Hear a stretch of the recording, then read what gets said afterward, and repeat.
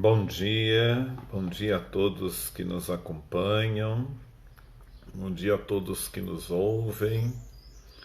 Nós estamos aí trabalhando a questão a difícil tarefa de conviver, lembrando da nossa conversa, viver com sentido. Hoje iniciamos um novo mês de outubro. Nós dizemos mês das missões. E eu falo assim, olha, um espaço tão difícil de ser evangelizado, eu acredito que não seja Amazônia, África ou outros lugares. Um espaço tão difícil de ser evangelizado é a nossa própria vida, o nosso coração, para termos uma flexibilidade de conviver com os outros, né? De viver com os outros. E isso é tão difícil, né? Você vai trabalhar numa escola, você tem as disputas, a inveja, a fofoca e tantos outros comentários maldosos ou capciosos que atrapalham a vida de convivência. Você vai fazer parte de uma pastoral, não é diferente. Você faz parte de uma família, também não é diferente.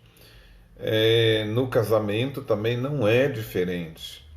Na vida religiosa também não é diferente. Cada qual com os seus graus de desentendimento, de insinuações, são graus diferentes, né? Mas nós dizemos assim de que há uma difícil tarefa de conviver dentro desses espaços, né? Onde tem o ser humano, é difícil de se conviver. Tem um amigo meu, hoje ele é sacerdote, mas eu achava muito interessante porque quando ele entrou para o seminário, ele entregou todos os seus bens, as suas posses, o pouquinho de dinheiro que tinha ao superior e dizia assim, olha, guarda aí, que se não der certo eu vou querer de volta para poder ir embora, né?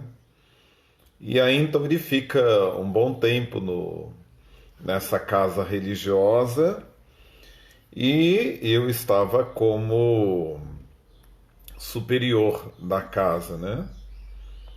O responsável pela casa. E ele foi nomeado, na verdade, coordenador daqueles que estavam dando seus primeiros passos. E já numa formação, são os noviços e os postulantes. Mas era uma pessoa muito simples, muito humilde, né? Sua maneira tão simples de falar, até o dia que ele desentendeu, né? E desentendeu justamente porque ele dizia de que as pessoas não estavam ali para conviver, elas não estavam ali para poder crescer, para poder buscar santidade, para uma experiência pessoal de vida. Elas estavam ali disputando o olhar do superior para se tornarem superioras, donas do espaço, do pedaço, e havia uma verdadeira disputa. Até o momento que ele dizia assim, olha, para mim já deu. Então ele vai até o superior e diz assim, olha, eu quero o meu dinheiro de volta, eu quero as minhas posses de volta, porque eu prefiro ir embora, cuidar das minhas vaquinhas lá na minha roça, do que mexer com o ser humano. E isso tocou muito, porque você falar assim, poxa, alguém chegar a esse ponto. Mas às vezes é a impressão que nós temos, né? Conviver ou lidar com o ser humano, com as questões que trazem, é tão difícil, mas não impossível. Há quem diga de que nós, na classificação, nós somos seres racionais, né? E há muitos que questionam essa racionalidade, né? Porque há momentos na vida que parece-me que nós somos irracionais no nosso jeito de ser, de agir, de lidar com os outros, no sentido de termos dificuldade de conviver com o outro, há uma certa irracionalidade, né? Um dos desafios que temos é de cultivar nossos relacionamentos em meio às múltiplas manifestações de personalidade e deformações que nos cercam. Então, nós dizemos assim, olha, essas múltiplas manifestações de personalidade. Bom, primeiro as nossas, depois a dos outros, né? Essas manifestações de personalidade e deformações que nos cercam. Por quê? Há muitas personalidades deformadas. Então, às vezes você pensa que está lidando com alguém perfeito, uma personalidade bem formada, de bem com a vida, consigo mesmo, e no fundo traz algumas outras questões por detrás. É o que nós vemos, né? Convivência implica em troca, renúncia, preocupação com o bem-estar do outro, compreensão, paciência. Bom, é o que se pretende, né? Conviver implica troca, renúncia, preocupação com o bem-estar do outro. Na verdade, nós dizemos assim de que conviver na atualidade nos dá a impressão de que é fazer com que o outro se torne nulo, ou anular o outro. Então, se não for para ser do jeito que eu penso, da maneira que eu quero, da forma que eu quero, não tem como. Então, na verdade, nós queremos conviver com os outros e nos tornamos artesãos. Nós queremos lapidar o outro para ficar do jeito que eu quero que ele seja. E aí então começam os conflitos. Nós não temos paciência, não conseguimos digerir, não conseguimos conviver. Infelizmente, o ideal ainda é distante diante da realidade que vivemos. É um ideal, né, que nós temos, mas está tão distante porque muitas pessoas querem se autoafirmar.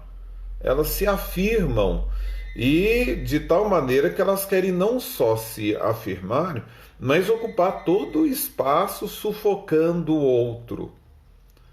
E aí a gente fala assim, olha, é uma expressão que eu ouço de muitos colegas, né? Há muitos caciques para poucos índios. E na vida de comunidade não é diferente. Há muitos caciques para poucos índios. Há muita gente mandando e pouca gente ouvindo, pouca gente obedecendo.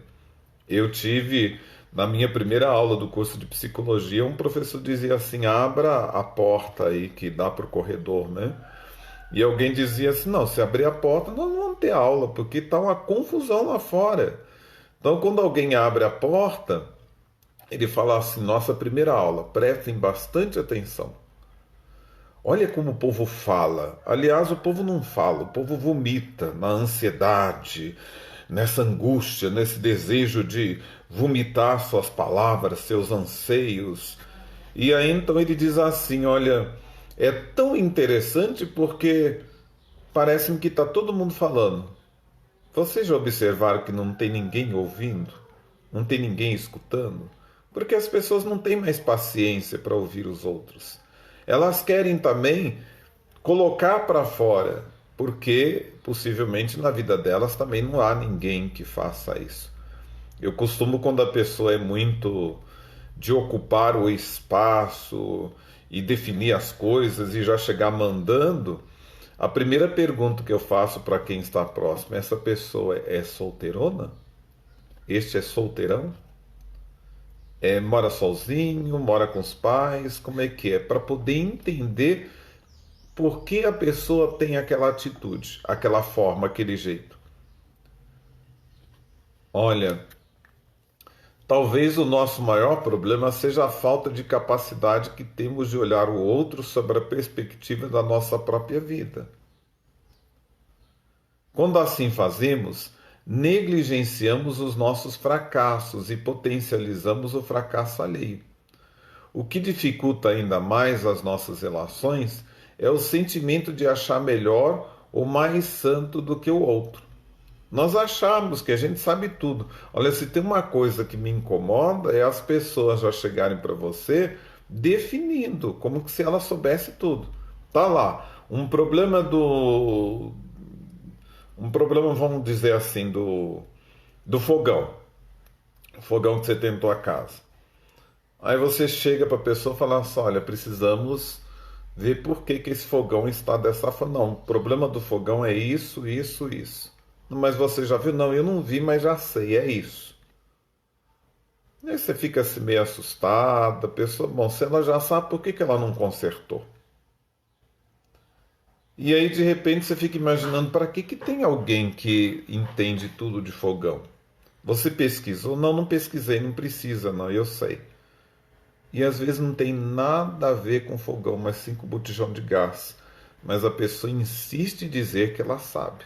Então há muita gente passando. Eu tenho para mim, sempre me deparo com essa questão. Bom, eu não estudei psicologia, mas eu sei muito psicologia.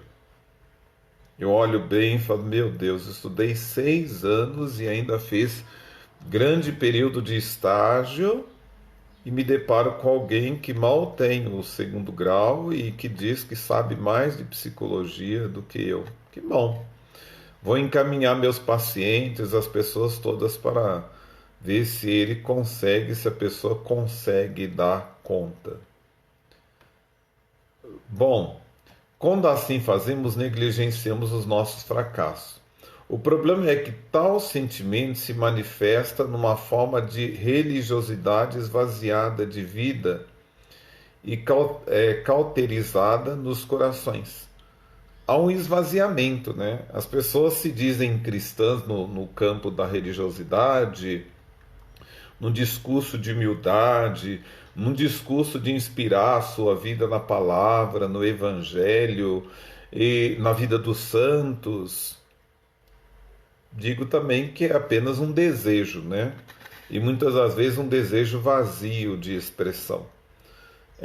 Muitas pessoas se encantam, mas parece que se encantam de tal forma assim, não, esse é meu referencial, mas esse sou eu.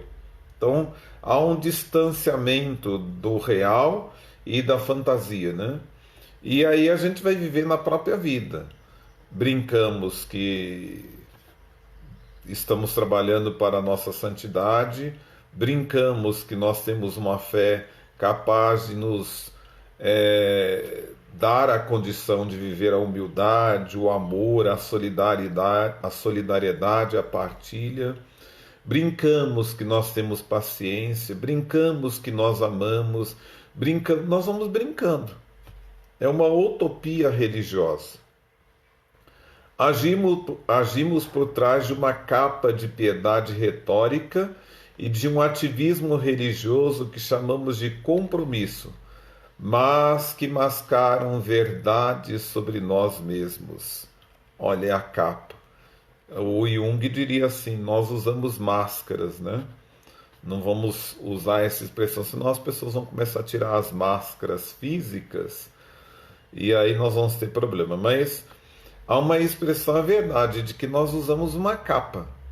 É uma capa de uma certa retórica, de um ativismo religioso, de um compromisso religioso. Adotamos um discurso politicamente correto. Falamos em prol da igreja, mas agimos na direção dos nossos próprios interesses. Olha, isso dá para perceber. Basta você participar da vida de uma comunidade. Em muitas comunidades por onde passamos, nós temos algumas dificuldades.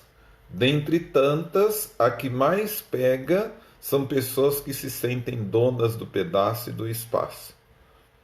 Basta você assumir legalmente, né, diante da lei, você que assina numa paróquia, você que é responsável, as finanças, a questão pastoral, essa questão toda você vai coordenando, mas você é o primeiro responsável.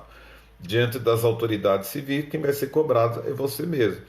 Então você quer tomar parte, vocês têm que tomar parte pelo estatuto e pela lei daquilo que se faz, das campanhas, daquilo que se gasta, para onde que vai, se isso de fato é tão importante, já de que nós temos como resolver de outra forma.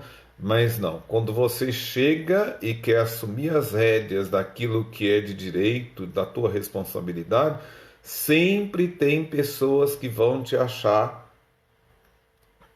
entrão.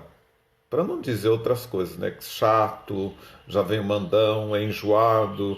Nós vamos mostrar para ele que quem manda aqui somos nós. Nós vamos então, indiretamente são pessoas que fazem isso e que muitas das vezes chega até os nossos ouvidos pelas questões indiretas. As pessoas sabem com quem elas comentam porque vai chegar até você. Então elas fazem questão de estar num grupo, comentar ali naquele grupo, porque ela não tem coragem de chegar até você e sabe que aquele grupo vai levar até você. Às vezes eu uso essa tática, né? Ouço, mas não escuto. Vejo, mas não enxergo. Para poder ver se realmente aquela pessoa vem até você e tem coragem de dizer aquilo que precisa ser dito, ao invés de ficar dando essas indiretas, né?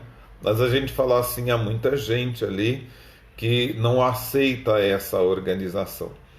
E eu tenho para mim o seguinte, que as pessoas quando elas tomam conta desses espaços públicos e acham que elas são as donas, com certeza nas casas delas, na casa de origem, elas têm dificuldade de assumir esse papel, esse posto. Como há muita gente barrando e que a conhece, então ela vai no espaço que ninguém conhece e ali se ela pega as rédeas, olha, custa para poder largar. E aí a gente vai vendo muito nos movimentos e nas pastorais, né? Há muita gente aí que já está completando jubileu de prata, de ouro nas coordenações porque não larga o osso, porque não larga o ofício, porque não larga aquela função. E já estão aí, ó, às vezes pode a lei, o estatuto dizer o cargo é por 2 anos, é por 3 anos, renováveis por tanto tempo, por mais 3 anos só, e aí tem que ser eleito outro. Não sai do cargo. Eu falo de que algumas regiões que a gente vê pessoas na pastoral da juventude desde os 16 anos. E aí então já estão completando 20, 25 anos de pastoral da juventude, nem jovens são, mas ainda estão lá na coordenação. Fala assim, isso é só um exemplo da pastoral da juventude, para poder dizer com relação à própria idade. Aquilo que não achamos belo ou não atende às nossas expectativas não serve. Então, ou seja, não estou nem aí se isso daqui se trata de um espaço comunitário, de um espaço onde envolve mais pessoas, como a vida da comunidade, não me importa. Eu quero que as coisas sejam exatamente do jeito que eu pensei. Não, mas você vive numa comunidade. Sim, mas eu penso dessa forma. Nós temos que ver o que vota a maioria. Pode ter lá a maioria votando para ir para esse lado e o sujeito querendo ir para esse lado. Aí, evidentemente, ganha aqueles que votaram para estarem desse lado, né? E o sujeito ainda, bom, já que eu não tive minha vontade observada, então eu não venho mais à vida da comunidade, não participo mais dessa comunidade. Olha, somos bons em exigir do outro, mas péssimos quanto às exigências a respeito de nós mesmos. É bom pensar sobre isso, porque o defeito do outro é sempre mais grave. Talvez uma pergunta que nós deveríamos de fazer, né? Por que o defeito do outro é sempre mais grave? Quando assim agimos, nos colocamos como juízes, como o apóstolo Tiago afirma no capítulo 4, versículos de 11 e 12. Assumimos uma posição que não nos pertence. Estamos no lugar errado. A falta de compreensão, a impaciência, também fruto do mundo moderno, tem levado as nossas igrejas à beira do fracasso no que diz respeito aos relacionamentos. Não temos paciência. Gostamos das coisas do nosso jeito e somos resistentes a qualquer tipo de mudança. Sempre encontramos ouvidos dispostos a ouvir fofocas e reclamações a respeito de alguém. Por isso continuamos nessa prática. E isso é verdade. Olha, a fofoca, na verdade, revela o ócio do ofício, né? Revela a desocupação. São Paulo usa essa expressão. Há muita gente tão ocupada em nada fazer. Na vida de comunidade, na vida escolar, na vida do trabalho, há sempre ouvido para as fofocas. E olha, se as pessoas deixassem de lado a fofoca e se ocupassem mais com elas, nós teríamos grandes profissionais aí, pessoas que estariam mais voltadas para aprofundar na sua área, teriam mais consciência da sua missão, do seu trabalho, não teria tanto medo de puxar o tapete. Então a gente fala assim de que há sempre um ouvido para poder ouvir as fofocas, né? O problema é que aquele ouvido que naquele momento ouviu o falar mal do outro, um dia será objeto do mesmo veneno. Ao invés de ouvido, será o personagem em foco. Lembrando de que quem vem até a gente falar mal do outro, não custa nada sair de perto da gente e falar mal da gente pro outro. Então, é bom que a gente pense sobre isso, né? Aquela pessoa que veio falar mal do outro para mim é a mesma pessoa que corre o risco de falar mal de mim para o outro. Então, tomar muito cuidado. E isso funciona muito dentro da vida de comunidade, das pastorais e dentro do campo profissional, né? É assim que funciona, pois o problema, na maioria das vezes, está em quem fala e não de quem se fala. Só existe um homem ideal e uma igreja ideal. É bom que a gente pense assim, né? Só existe alguém ideal no mundo. E a gente fala assim é Deus. Ele foi o ideal, né? Jesus Cristo, o homem ideal. Definitivamente não encontraremos perfeição uns nos outros. É bom que a gente pense dessa forma, né? Não há como ter perfeição. A gente não consegue essa perfeição. A perfeição se busca ao longo de todo o tempo, de toda a vida. Você vai acertando, você vai consertando. E da mesma forma que o outro é falho, você também é falho. Então não pense porque você se dá o desfrute de falar mal do outro, de que você é melhor do que o outro. Tome muito cuidado. Que muitas das vezes, quando eu estou falando mal do outro, pode correr o risco, pode ocorrer de que eu esteja transferindo para o outro os meus defeitos, os meus erros, aquilo que eu não aceito enxergar em mim, eu estou transferindo para o outro. E está lá o outro sem saber, cuidando da própria vida, e eu estou lá transferindo esses defeitos para o outro, né? Somos todos iguais quanto o assunto é errar. Precisamos de mais respeito uns pelos outros, mais amor, mais compreensão, não é só no discurso, mas é na concretude, na realidade. Esse respeito, essa aceitação do outro, essa compreensão do outro, né? Nós precisamos muito disso. Bom dia, Luiz. Bom dia, Janaína. Daqui a pouco, se desejar, nós podemos conversar. A Marta, quanto tempo, hein, Marta? Tá aí na capital de Cristiano, a Marta e o Pacheco. Anunciata, bom dia. Deus abençoe a todos vocês. Nós estamos conversando um pouco sobre a difícil tarefa de conviver com os outros, né, na vida de comunidade. E eu falo que isso se deve ao fato de lidar com o ser humano é muito difícil, né? Já imaginou se Deus fosse incompreensível com você? Imagine se Deus resolvesse te dar castigo todas as vezes que você errasse. A começar pelo erro de falar mal da vida do outro, né? De achar que você é o certo e de que o outro está cheio de defeito. A começar pela questão de que você acha de que você é melhor do que os outros. Imagine se Deus não te compreendesse nesse sentido. Por isso somos dependentes uns dos outros, mesmo diante de tanta diversidade. Não tem como ser diferente, né? Nós somos dependentes um do outro, mesmo diante de tantas diversidades. E isso eu tenho para mim bem claro. Olha, me mande falar, vamos dar um exemplo bem prático, né? Me mande fazer um discurso no encontro de padres. Sinceramente, meu coração parece que vai sair pela boca. Aí você vai falar assim, não, mas isso é tão tranquilo. Sim, eu vejo amigos meus que vão lá à frente e falam com maior tranquilidade. Eu sei da minha limitação.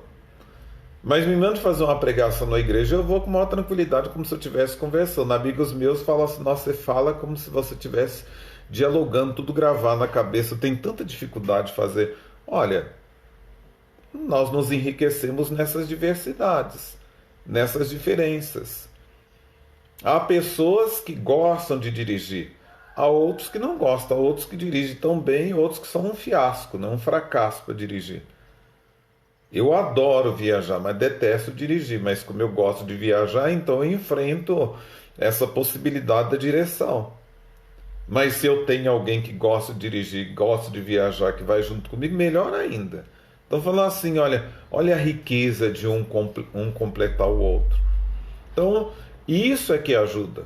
Hoje pela manhã, na frente da casa paroquial, na área, nós colocamos lá um altarzinho de Santa Teresinha, né, padroeira das missões, já que aqui há uma devoção muito grande, né? E aí alguém passou hoje e falou assim, olha, fiquei tão feliz, logo cedo, eu acordei às 4h30 e fiz esse altar lá fora, né? Alguém passou e dizia assim, poxa, mas que criatividade que o senhor tem, né? Gostei muito. Tá de parabéns. Bom, fiz do fundo do meu coração, com maior simplicidade, está lá à frente, né? De repente terminei a missa, aí perguntei para um jovem que estava na missa, vai passar lá em casa para dar uma olhadinha no altar, para ver o que precisa completar. Daí ele veio, trouxe lá uma flâmula grande, colocou lá, outro arranjo de flor, colocou lá, ótimo, completou, ficou chique. Uma outra pessoa passava, nossa, achei que ficou formidável, me permito, vou tirar foto. Então acho bonito isso, sabe? De perceber que ali nós temos muitas pessoas que fizeram aquele arranjo, né? Mas aí fiquei imaginando assim, olha, imagine vocês, eu precisei de um pano. Como que chegou esse pano até minhas mãos? Quem fez? Quem trabalhou? Quem cravejou de brilhante esse pano, né? As rosas, nós precisamos das rosas, dos vasos. Quem fez isso? Quem plantou, quem colheu, quem comprou, quem trouxe até nós. E muitas das vezes são vocês mesmos que são os dizimistas nas comunidades e o dinheiro de vocês muitas das vezes usado nessa questão também. Então, olha, nós dependemos uns dos outros nessa diversidade. Igreja implica em convivência, amor, renúncia, troca, perdão. Por isso que nós somos igreja, né? Para poder conviver, né? Para poder ter amor, para poder ter renúncia, perdão. Não é amor só quem faz a nossa vontade, não. E as pessoas têm muito isso, né? Gosto muito do padre fulano porque está aparecendo na televisão, é pop, né? É, é chique, né? Não, não é porque o outro é chique. O outro não é chique porque nunca me chamou a atenção. O outro não é pop porque está lá na mídia. Mas olha, a verdadeira convivência se dá no momento em que o outro me enxerga e me ajuda a crescer. Mesmo que mediante a correção, mediante ao perdão e tantas outras questões de que eu necessito, né? É preciso que se pense dessa forma, né? São Paulo já dizia na Sagrada Escritura, amar só quem nos ama, isso é muito fácil. Até quem não é religioso, quem não é cristão, faz isso. Amar quem nos dá presente, isso é muito fácil, a criançada faz isso, né? Olha, vai lá no meu aniversário, tá? Mas não esquece, só vai entrar se levar presente. Então tem muita criança que é assim, sincera e fala. mas amar os outros na sua singularidade, no seu jeito de ser, na sua forma de ser, isso requer de nós um sacrifício. Quem quiser me seguir, renuncie a si mesmo, tome a sua cruz e me siga. Olha o sacrifício. E aí nós precisamos muito de sacrifício, independente dos nossos cultos, da nossa missa, dos nossos templos. Igreja é aquilo que somos, interiorizada através da fé que confessamos ou professamos no mesmo Cristo e que concretiza com atos de amor. Isso é ser igreja. É a frase que eu postei hoje no Facebook, né? Olha, viver uma religiosidade não significa participar de grupos, né? Viver uma religiosidade é viver acima de tudo o amor, a fraternidade, o diálogo, a sensatez. É estar diante do outro, amar e aceitar o outro como imagem e semelhança de Cristo. Como dizia Renato Russo, é preciso amar as pessoas como se não houvesse amanhã. É verdade. Você não sabe, hoje é tudo o que você tem. O hoje é tudo o que você tem. Ame agora. Perdoe agora. Aceite agora. Solidarize agora. Então, esse é o único momento. Parece que tal declaração e reflexão soa mais do que muitas músicas e palavras. É necessário o perdão mútuo, suportamos uns aos outros e compreendermos que estamos unidos no mesmo pecado, mas agora o que nos une é o mesmo sangue. Então, é preciso que a gente tenha essa coragem de nos perceber também nas nossas limitações para termos essa possibilidade de conviver com os outros, de sermos solidários com os outros. Eu vejo que profissionalmente eles usam muito essa expressão, né? Interdisciplinariedade, ou seja, nos envolver em torno do paciente, do sujeito, para estudarmos o caso dele nas diferentes áreas e chegarmos a um tratamento possível, né? Então se pede muito isso, esse olhar sobre o ser humano, sobre o outro, né? Depois se fala de uma pastoral de conjunto, né? Uma pastoral que não seja fragmentada, mas que haja um conjunto, né? Essa união em relação à pastoral, à construção do reino, né? Mas o que nós estamos vendo muito mais é a fragmentação. Nos fragmentamos cada vez mais, um egocentrismo gritando cada vez mais, e nós sendo colocados de lado, né? Então o grande desafio hoje é convivermos com os outros, nas nossas diferenças, nas nossas singularidades, aceitando o outro nas suas potencialidades. Fica aí a difícil tarefa de conviver, que exige muito mais de nós uma transformação para sabermos e termos a possibilidade de convivermos com os outros sem sentirmos ameaçados pelos outros no nosso espaço, nem na religiosidade, nem profissionalmente. Aprofunde no espaço, na disciplina, na área, no trabalho e na profissão que você abraçou, né? Seja bom naquilo que você gosta de fazer e deixe com que os outros sejam bons naquilo que eles gostam de fazer. Termino dizendo: tome muito cuidado. A pessoa que veio falar mal do outro para você é a mesma pessoa que vai falar mal de você com o outro. Fica aí o nosso abraço, nossa sugestão e nossa orientação para a convivência.